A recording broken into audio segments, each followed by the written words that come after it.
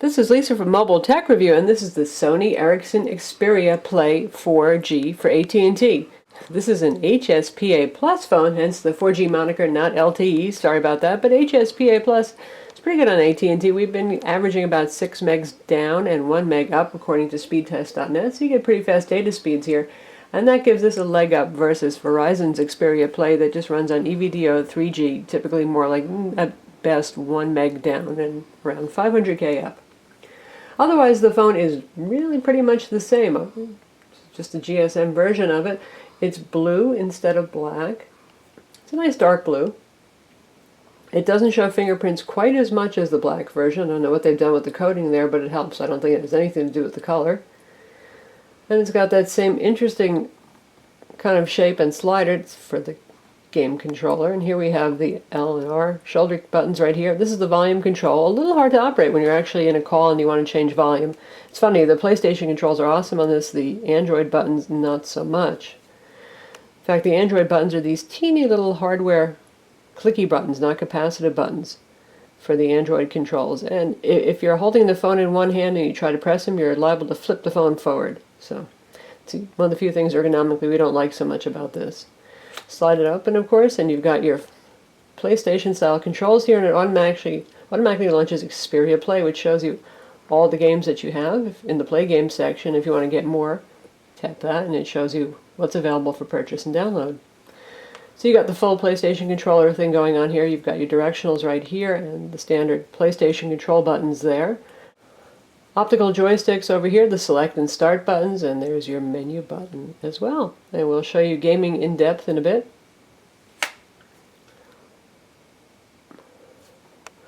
Taking a look around the phone once more, you can see up here, here's the little power button. On the back we've got a 5.1 megapixel camera with an LED flash. Takes pretty nice photos. Sony Ericsson knows how to make a camera phone. It has things like image stabilization and can shoot 720p video. On this side over here we have the micro USB port and the 3.5mm headphone jack. The phone's pretty thick, obviously, to accommodate the slider, and so it feels like something good in the hand, like a controller when you're playing games. It weighs 6.2 ounces, which makes it relatively heavy among today's smartphones. This has a 1 GHz second generation Qualcomm CPU with Adreno 205 graphics. Not going to wow us compared to dual-core CPUs with Tegra or even the latest generation Qualcomm Snapdragon with Scorpion CPUs and Adreno 220 graphics, but it's up to the task of handling the PlayStation games pretty well on this, so we're not going to complain. Adobe Flash, not as good as a dual-core CPU when you're using Flash in the web browser, but it's okay. It says a 4-inch capacitive multi-touch display. The resolution is 854 by 480, slightly different from the 800 by 480 standard resolution we see on higher-end phones. Not QHD either, which is 960 by 540 pixels.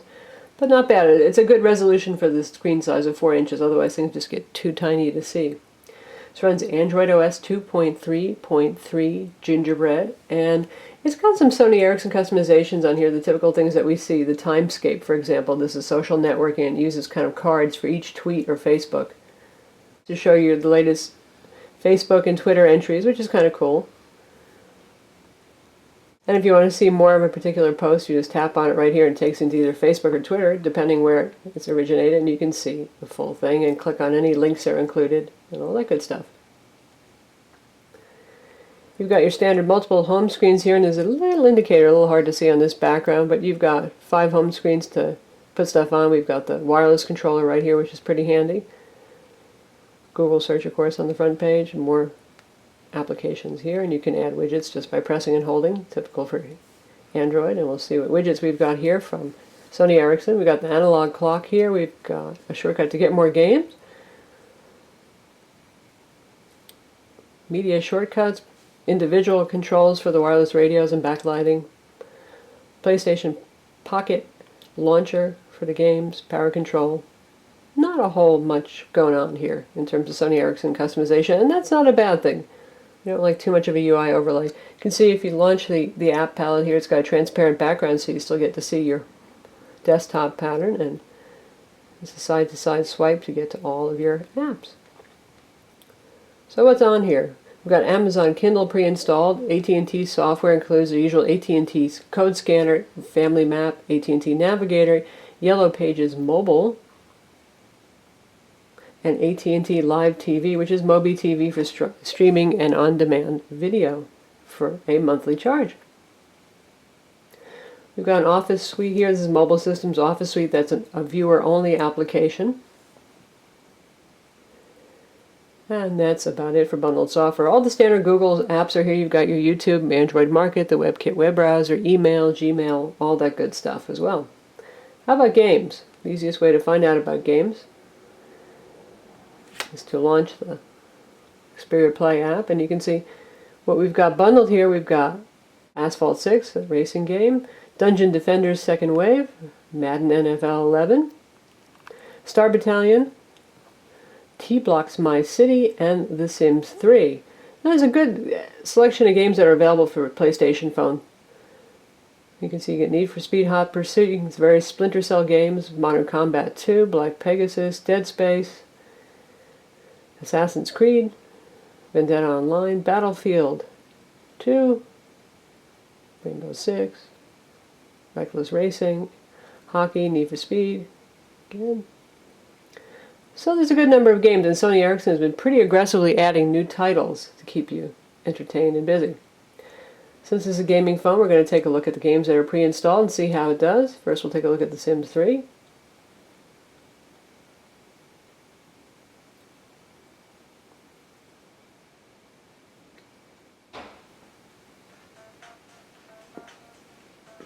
It takes a bit of time to launch once you actually have a sim created in a virtual environment.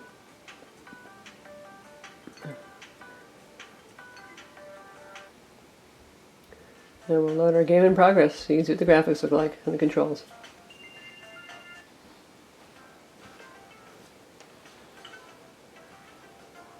Here's our environment right here. And we can zoom in and out. Change our point of view and have all the sim controls here.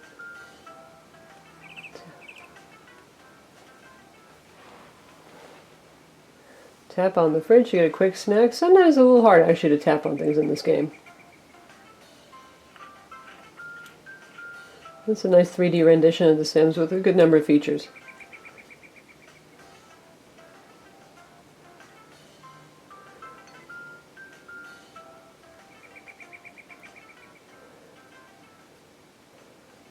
So it plays very nicely. Launch times, like I said, are a little bit long on this game, but once you're in it, it's fine. And now we'll check out Asphalt 6, also included with the phone, full version.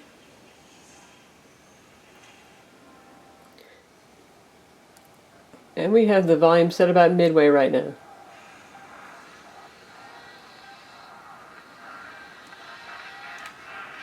Crank it up a little bit more.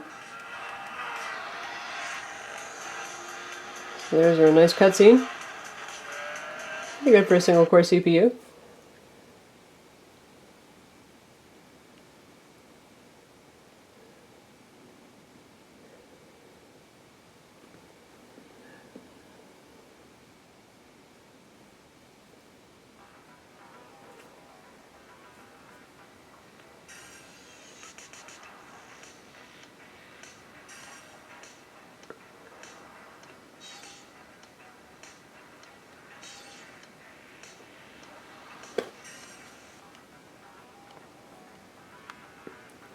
And instead of using the accelerometer, we actually have a D-pad to use for steering. We have shoulder buttons to use for things like nitro and braking.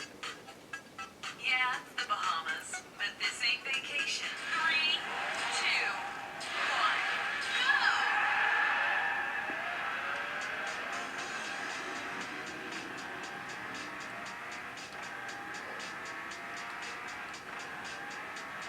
Steering controls are pretty easy when you're using the D-pad.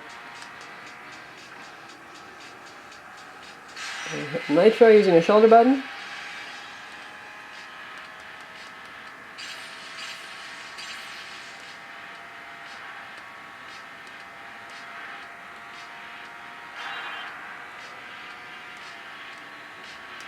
So that's Asphalt 6, also looking pretty good.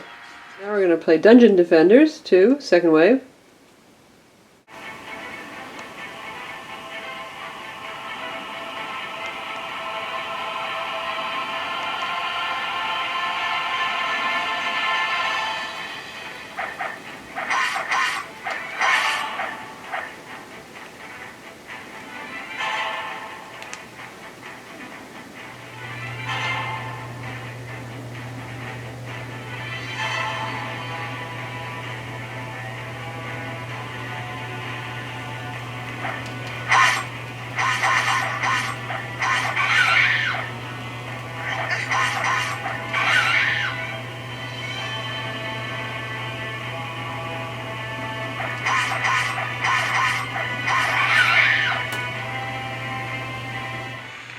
Now here we are inside Star Battalion.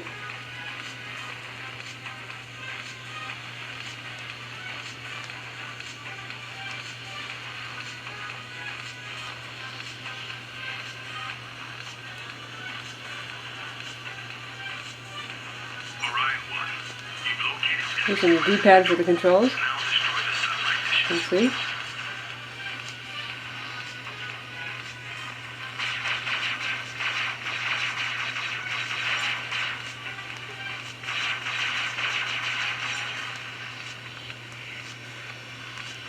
Plays very smoothly, nice frame rate. Controls are pretty good too. Sound out of the speaker also very nice.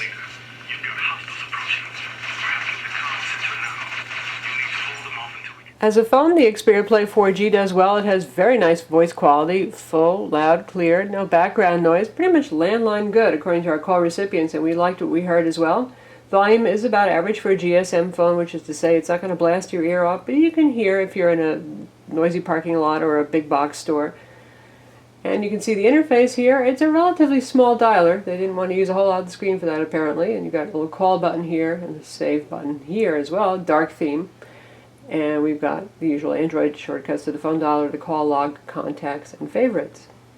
Reception on the phone is a little bit better than average. Sony Ericsson generally does pretty well with that, and you can see we have almost full bars here. Some of our AT&T phones only get about half bars in this location.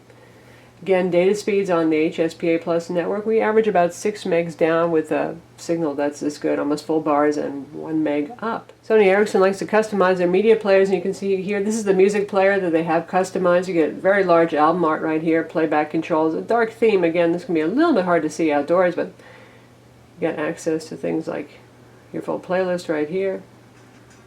You can play right from there.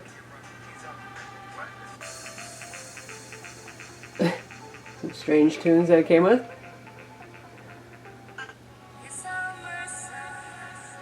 But the sound quality is good. There's a nice dynamic range there and fairly full.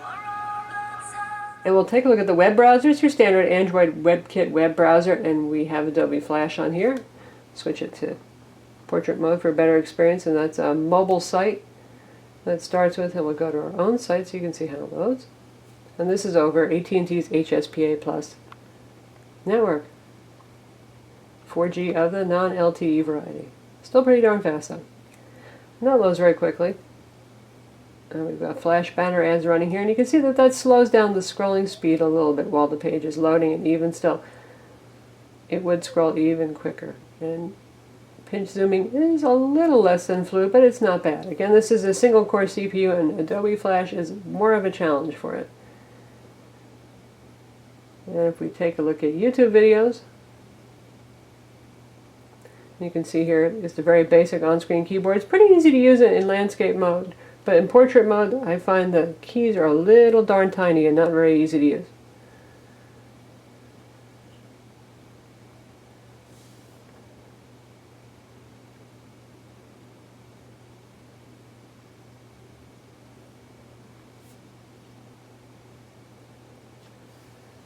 And it's quickly loading the mobile site, and we'll switch to the desktop site so we can see Adobe Flash playback instead of the mobile playback format. Though the mobile playback format is actually very good these days, pretty sharp and clear. And we'll pick an HD movie trailer and play it through the browser so it uses Adobe Flash 10.3.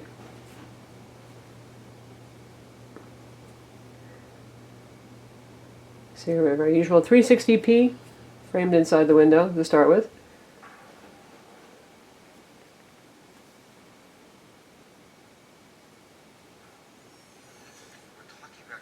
Doing just fine, so we'll pop it out to full screen in 480p. And now here we are playing full screen at 480p.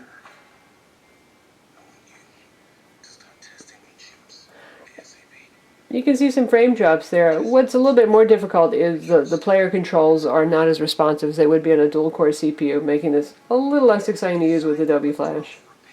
Battery life on this guy, that's one good thing about not having LTE, since that's a real power hungry thing. It has a 1500 milliamp battery, and it certainly has no problem making it through the day. Now if you're going to play games all day, which could be a temptation with this phone, you might have to charge before end of day. But with average use just as a phone, using the internet, browser, web, email, that kind of stuff, yeah, it'll make it through the day just fine. The Sony Ericsson Xperia Play 4G has all the modern amenities you expect from a smartphone. That means it has a GPS, it works with Google Maps and navigation, as well as AT&T Navigator, has Wi-Fi 802.11 BGN, Bluetooth, front video chat camera, as well as that 5.1 megapixel autofocus camera with LED flash in the rear.